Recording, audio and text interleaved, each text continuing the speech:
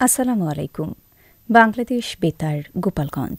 খবর পড়ছি শরীফা রহমান। জেলা উন্নয়ন সমন্বয় কমিটির এক সভা গতকাল নড়াইল জেলা প্রশাসকের সম্মেলন কক্ষে অনুষ্ঠিত হয়েছে। সভায় রাস্তা সংস্কার, নদী ভাঙন প্রতিরোধ, নিরবচ্ছিন্ন বিদ্যুৎ, পানি সরবরাহ ও পয়ঃনিষ্কাশন ব্যবস্থা সহ স্বাস্থ্যসেবার মতো জনগুরুত্বপূর্ণ বিভিন্ন বিষয়ে আলোচনা করা হয়। এছাড়া জেলার চলমান উন্নয়ন প্রকল্পগুলোর কাজের মান বজায় রেখে দ্রুত শেষ করার উপর গুরুত্বারোপ করা হয়। জেলা প্রশাসক শারমিন আক্তার জাহানের সভাপতিত্বে civil surgeon doctor Mohammad Abdur Rashid, জেলা স্থানীয় সরকার বিভাগের উপপরিচালক জুলিয়া সুকাইনা ও অতিরিক্ত জেলা প্রশাসক সার্বিক লিঙ্কন বিশ্বাস সহ সংশ্লিষ্ট কমিটি ও বিভাগের কর্মকর্তাগণ এ সময় উপস্থিত ছিলেন।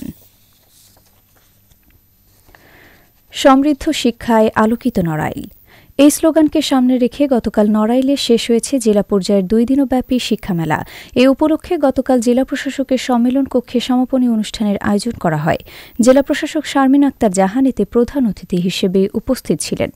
অনুষ্ঠানে অতিরিক্ত জেলা প্রশাসক শিক্ষা ও আইসিটি আহসান মাহমুদ রাসেলের সভাপতিত্বে জেলা স্থানীয় সরকার বিভাগের উপপরিচালক জুলিয়া সুকাইনা, জেলা প্রাথমিক শিক্ষা কর্মকর্তা মোহাম্মদ জাহাঙ্গীর আলম, জেলা শিক্ষা অফিসার মোহাম্মদ মহিউদ্দিন সহ বিভিন্ন মাধ্যমিক ও উচ্চ মাধ্যমিক পর্যায়ের শিক্ষা প্রতিষ্ঠানের শিক্ষক, শিক্ষার্থী ও অভিভাবকগণ এ সময় উপস্থিত ছিলেন। বদলিজনিত বিদায় উপলক্ষে মাদারীপুর জেলা প্রশাসক ও জেলা ম্যাজিস্ট্রেট মোসাম্মদ ইয়াসমিন আক্তারকে সম্বর্ধনা প্রদান করা হয়েছে। গতকাল দুপুরে মাদারীপুর অফিসার্স ক্লাবের আয়োজনে জেলা প্রশাসকের সম্মেলন কক্ষে এ অনুষ্ঠানের আয়োজন করা হয়। 2024 সালে মাদারীপুরের জেলা প্রশাসক হিসেবে যোগদানের পর থেকে ইয়াসমিন আক্তার শিক্ষা, স্বাস্থ্য, সামাজিক উন্নয়ন ও আইন শৃঙ্খলা রক্ষায় উল্লেখযোগ্য ভূমিকা রাখেন। তিনি প্রশাসনিক সেবা জনগণের দোরগোড়ায় পৌঁছে দিতে নানা উদ্যোগ নেন, যা জেলার মানুষের মধ্যে ব্যাপক প্রশংসিত হয়। এ সময় বক্তারা তার সততা, নিষ্ঠা ও প্রশাসনিক দক্ষতার প্রশংসা করেন এবং ভবিষ্যৎ কর্মজীবনের সাফল্য কামনা করেন। জেলা পুলিশ সুপার মোহাম্মদ নাইমুল হাসান, জেলা স্থানীয় সরকার বিভাগের উপপরিচালক মোহাম্মদ হাবিবুল আলম, অতিরিক্ত জেলা ম্যাজিস্ট্রেট আল নোমান ও অতিরিক্ত জেলা প্রশাসক সার্বিক ফাতিমা আজরিন তন্নি সহ প্রশাসনের ঊর্ধ্বতন কর্মকর্তা ও গণমাধ্যম কর্মীরা এ সময় উপস্থিত ছিলেন। গতকাল গোপালগঞ্জ জেলা প্রশাসকের সম্মেলন কক্ষে জেলা শিশুশ্রম পরিবীক্ষণ কমিটির 2025-26 অর্থ বছরের প্রথম সভা অনুষ্ঠিত হয়েছে। অতিরিক্ত জেলা প্রশাসক সার্বিক সালমা পারভিন সভায় সভাপতিত্ব করেন। সভায় মূল বক্তব্য উপস্থাপন করেন কলকারখানা ও প্রতিষ্ঠান পরিদর্শন অধিদপ্তরের গোপালগঞ্জ জেলা কার্যালয়ের উপমহাপরিদর্শক HM শাহাদাত হোসেন।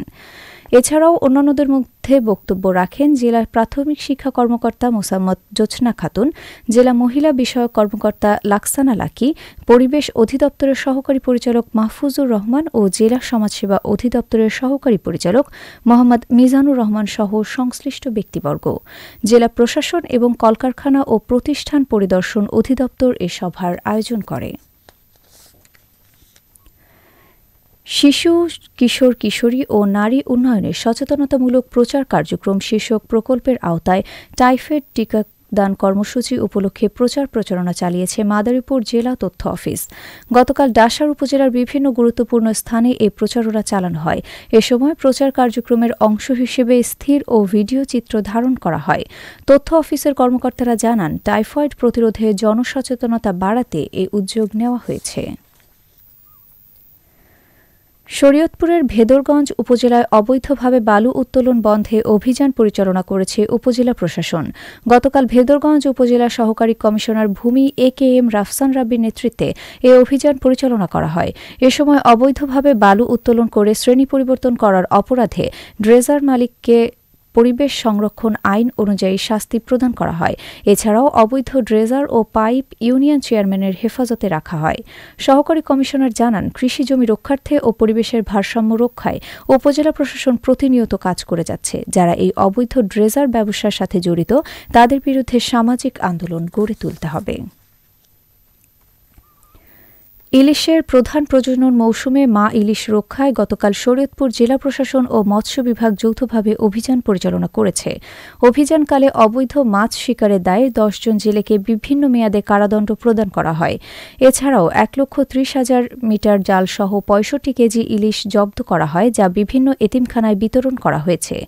নড়িয়া উপজেলা নির্বাহী অফিসার আব্দুল কাইয়ুম খান, জাজিরা উপজেলা নির্বাহী কর্মকর্তা কাবেরী রায় ও গোসাইরহাট উপজেলা নির্বাহী কর্মকর্তা সানিয়া বিনতে আফজাল সহ সংশ্লিষ্টরা এ সময় উপস্থিত ছিলেন।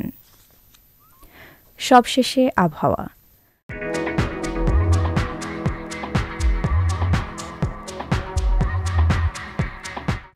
আজ বেলা 1টা পর্যন্ত দেশের অভ্যন্তরীণ নদীবন্দরসমূহের জন্য আবহাওয়ার পূর্বাভাসে বলা হয়েছে, বরিশাল, পটুয়াখালী, নোয়াখালী, কুমিল্লা, চট্টগ্রাম এবং কক্সবাজার অঞ্চলসমূহের ওপর দিয়ে দক্ষিণ অথবা দক্ষিণ পূর্ব দিক থেকে ঘণ্টায় 45 থেকে 60 কিলোমিটার বেগে অস্থায়ীভাবে দমকা অথবা ঝোড়ো হাওয়া সহ বৃষ্টি অথবা বজ্রসহ বৃষ্টি হতে পারে।